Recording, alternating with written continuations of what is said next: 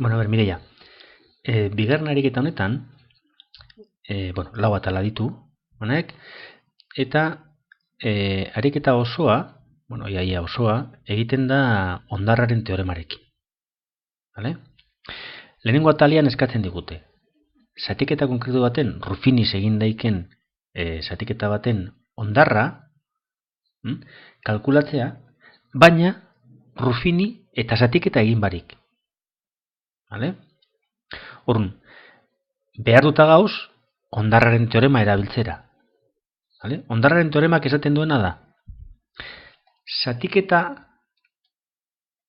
honen hondarra eta polinomio honen balioa x-a minus biaz ordezten dugunean, bardina direla. Beraz, hondarra kalkulatzeko zer egingo dugu? Minus bi amengo balio ikur kontrakoa hartu eta minus bi sartu x-aren ordez. Vale?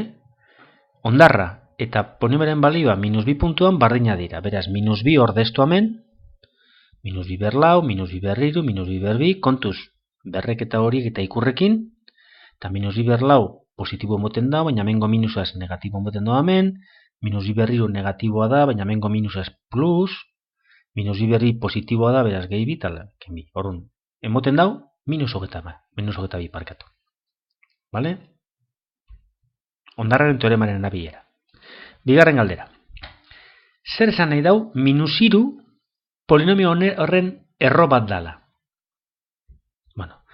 Erroaren definizioa da, polinomio baten erroa da zenbaki bat, zenbaki hori ordezterakoan polinomioan 0 emoten badau. Edo, polinomioaren balioa minus hiru balioa, x-a minus hiru danian, 0 emoten duela.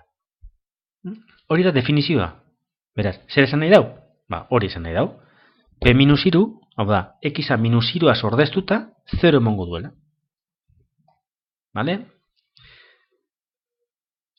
Urrengoa. Hirugarren mailako polinomio bat idatzi behar dugu, minus hiru erro bakarra duena. Hau da, bakarrik egiten dala 0 x-a minus hiru danian. Bai?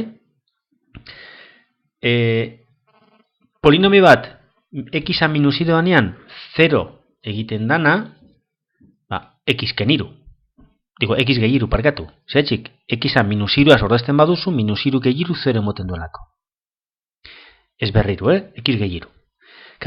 Hirugarren mailakoa izan behar bada, eta bakarrik minus hiruan 0 egin behar bada, aldu ipini x gehiru berriru, polinomio hori hirugarren mailakoa da, eta bakarrik egiten da 0 x-a minus hiru danian, hau da, erro bakarra dauko, minus hiru. Vale? Beste aukera bat izango zan ere, egitea, x gehiru bider, beste polinomio bat bigarren mailako bat, biderkaketa hirugarren mailako izateko, eta bigarren mailako polinomio horrek ez izateko errorik. Hau da, deskonposatu ezina dan bigarren mailako bat, adibidez, x karratu gehi zenbaki bat, x karratu gehi bat. Orrun, ipintzen badugu x gehiru bider x karratu gehi bat, izango zen beste aukera bat. Vale? Eta amaitzeko, ipineko eta golanik, eskatzen digute. Karen balioa kalkulatzeko, hemen agertzen den zatiketa hau, bere hondarra minus bederatzi izateko. Orrun, berriro bultatzen gara hondarraren teoremara. Zatiketa eginez hondarra minus bederatzi emon behar dau, beraz, Ruffiniaz saldu egin zatiketa, baina kadagoen bitartean komplikatu itzen dira batuketa eta kenketak, vale? Eta hondarra eta emoten dan polinomioaren balioa x-a minus biaz ordeztuta, bardina dira. Beraz, hori erabiliko dugu.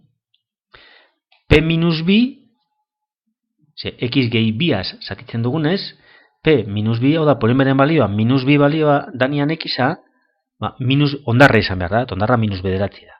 Beraz, egiten dugu, minus bi sartu x-aren ordez. Minus bi berlau, minus bi berriru, minus bi, vale? Eta amengo eraketak egin ondoren, geratzen da kas egindako ekuazio bat. Beraz, bakantzen dugu k, eta moten dugu -9 dela. Vale? Espero ulertzea hona.